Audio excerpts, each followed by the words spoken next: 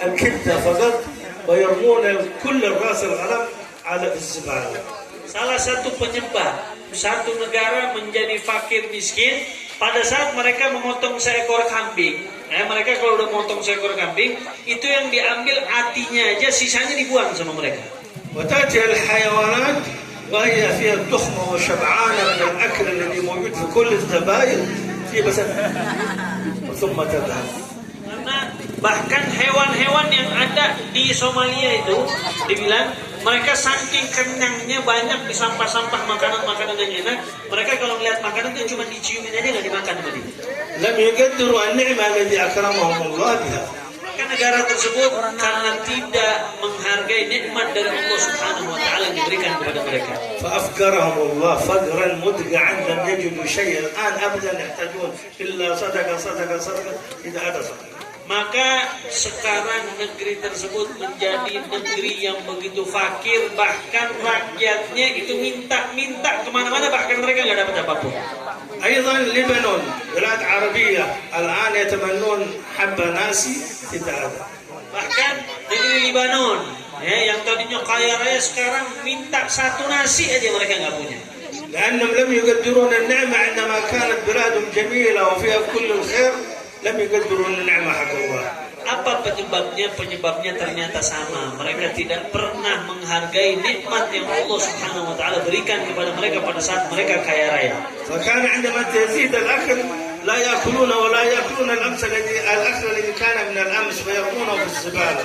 Karena mereka bahkan memiliki makanan yang tadinya begitu banyak. Kalau makanan yang nginep aja dibuang ke sampah.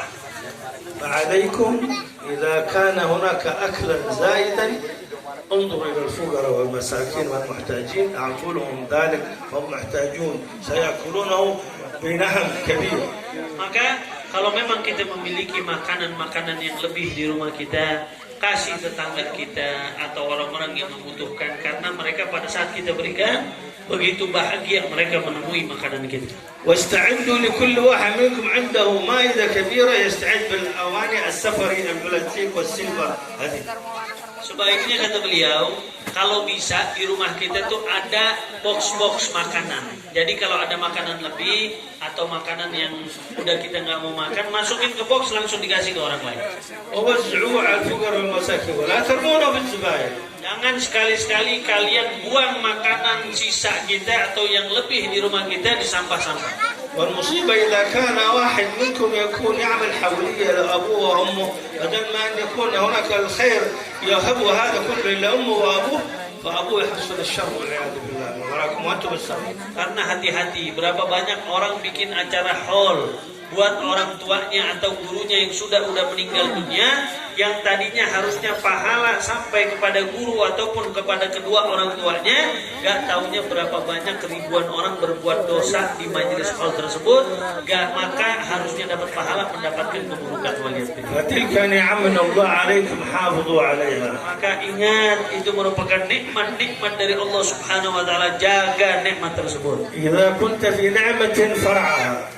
Ulama mengatakan apabila engkau sedang dianugerahkan kenikmatan, jaga nikmat tersebut. فإن المعاصي تزيل النعم. Karena ketahuilah dengan kita bermaksiat, nikmat tersebut bakal hilang di kita. وحافظ عليها بشكر الإله. Maka jaga nikmat itu dengan apa? Dengan selalu bersyukur kepada Allah. فإن الإله سريع النقم. Dan ketahuilah sesungguhnya Allah begitu cepat siksaannya. وما بكم من نعمة فمن الله. Ingat, tidak ada satu nikmat di muka bumi ini kecuali datangnya dari Allah. فحافظوا على هذه النعم لكي تستمر لكم طوال الحياة. Maka jagalah nikmat tersebut agar senantiasa nikmat tersebut ada di dalam kehidupan kita. وتعطونا أبناءكم وبناتكم وصغاركم. Dan kita bisa mendidik dan memberikan nikmat tersebut kepada anak keturunan kita. وتلك أرزاق أعطاكم إياها وحباكم بها وحرم غيركم منها. Itu adalah rezeki rezeki yang Allah Subhanahu wa taala berikan kepada kita, bahkan orang lain nggak punya rezeki yang seperti kita punya. والأرزاق كثيرة ولها معاني كثيرة. Dan rezeki itu maknanya begitu luas secara umum. وجود الأبناء نعمة، وجود الرزق نعمة، وجود البنات نعمة، وجود الأولاد نعمة، وكثير يتمنى الخلفة ولكن لم تأتي له خلفة أبناء لا بنات ولا أولاد. Dan dengan adanya anak itu rezeki nikmat, dan dengan adanya anak perempuan laki itu nikmat dari Allah Subhanahu wa taala. Dengan apapun yang kita punya itu kenikmatan dari Allah. Karena berapa banyak orang berharap pengen punya anak tapi mereka nggak bisa punya anak. ولكن علينا عندما يكرمنا الله بالأبناء والبنات علينا مسؤولية كبيرة أمام الله. Ingat, pada saat kita memiliki anak keturunan, kita akan dimintai pertanggungjawaban nanti di hadapan Allah.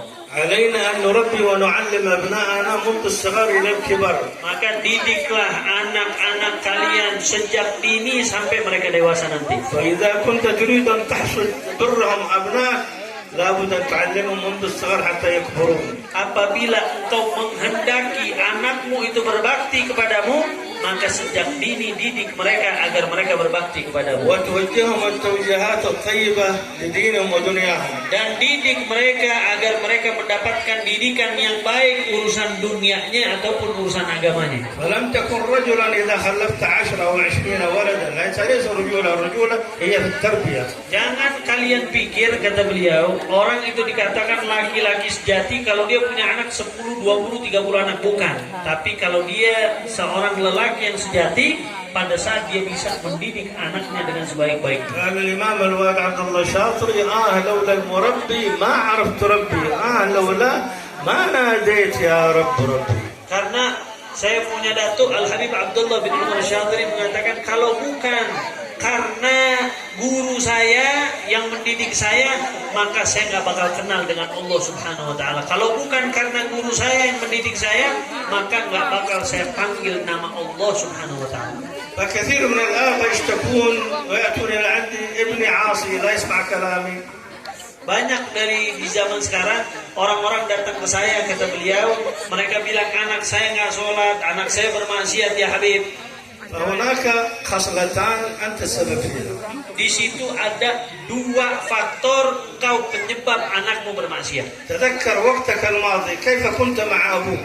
Yang pertama, ingat waktu dahulu pada saat engkau kecil, bagaimana engkau dengan orang tuamu, وكيف كنت مع أمك. bagaimana dengan ayah dan ibumu. والخصلة الثانية أنت لم تربيه إنما تربيته على الأكل والشرب فقط. Faktor yang kedua, engkau tidak mendidiknya dengan didikan agama, tapi engkau hanya memberikan dia makanan dan minuman. فإذا كنت لا تعرف التربية عليك أن توجهه إلى المدرسين وما حولكم كثير العلماء في هذه البلاد. Kalau memang kita tidak bisa mendidik anak kita dengan didikan agama, alhamdulillah di kampung kita ada ustadz-ustadz, para kiai, para ulama-ulama, datangi kepada mereka. وإذا كان فيكم أحد من الأساتذة هنا نوصيهم بالتربية قبل العلم. Maka saya memberikan wasiat kepada ustadz-ustadz yang ada di sini, didik anak-anak yang ada di kampung kita untuk tarbiyah, didikan yang baik sebelum mereka mempelajari ilmu syariat. فلا ينفع العلم من غير آداب ولا أخلاق. Karena ilmu itu tidak akan ada artinya tanpa adab dan akhlak. الإمام الشافعي يقول اجعل علمك ملحا وأدبك دقيقا. Imam Syafi'i rahmatullah alaihi wa radhiyallahu anhu, beliau mengatakan, jadikan ilmumu itu seperti garam di makanan dan adabmu seperti tepung di makanan. فإذا كان طالب العلم يدخل إلى مجلس مثل هذا ليس له عنده أخلاق ولا آداب سيدخل حقا ويضحك الناس ويعذب الناس يدخلوا. Kalau ada penuntut ilmu yang dia sudah belajar lama, mungkin datang ke majelis ini tanpa memiliki adab, mungkin dia bakal lengkapin orang-orang yang sudah duduk. وإذا كان تعلم وتأدب سيجلس وهو عالم وسيجلس في آخر المجلس. والنبي صلى الله عليه وسلم كان إذا دخل مجلسا جلس في آخر المجلس المكان الذي يليه. Dan apabila ada seorang penuntut ilmu, dia memiliki ilmu dan dia memiliki akhlak adab yang tinggi, karena dia sudah datang terlambat, maka dia bakal duduk di belakang. Sebagaimana Nabi kita Muhammad SAW pernah suatu ketika dia datang ke satu tempat, Nabi duduk di tempat yang di situ kosong, dia duduk, nggak harus memaksakan diri. ولهذا انتشر الآن الكثير عقوق الوالدين بين البنات والأولاد. Dan berapa banyak di zaman sekarang juga sudah tergolong orang banyak yang durhaka kepada kedua orang tuanya. فتجد الأم أو الأب ينادي على ابنه يا فلان يا فلان يقول ها apa.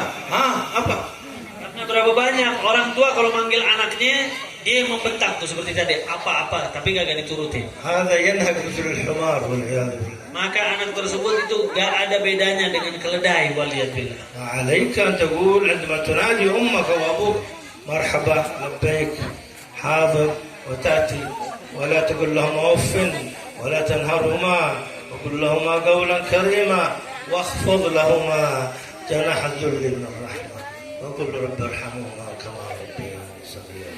Dan pada saat orang tua kita sepantasnya kalau dia lagi manggil kita, maka katakan marhaba, katakan labbaik, katakan hadir, siap. Apa wahai orang tuaku, apa yang kalian inginkan, sebagaimana firman Allah Subhanahu wa taala dalam Al-Qur'an, katakan rendahkan dirilah kepada kedua orang tua, maka jangan katakan kepada kedua orang tua, hormati kedua orang tua, katakan perkataan-perkataan yang baik kepada kedua orang tua, dan jangan lupa selalu doakan kedua orang tua agar selalu mendapatkan rahmat dari Allah Subhanahu wa taala sebagaimana pada saat kita kecil dirahmati oleh keduanya. كل واحد عنده أخ أو أخت صغير كثير نونه صغير ما زال بالحفاظات والأوساخ يخرج البول والغائط في نفسه.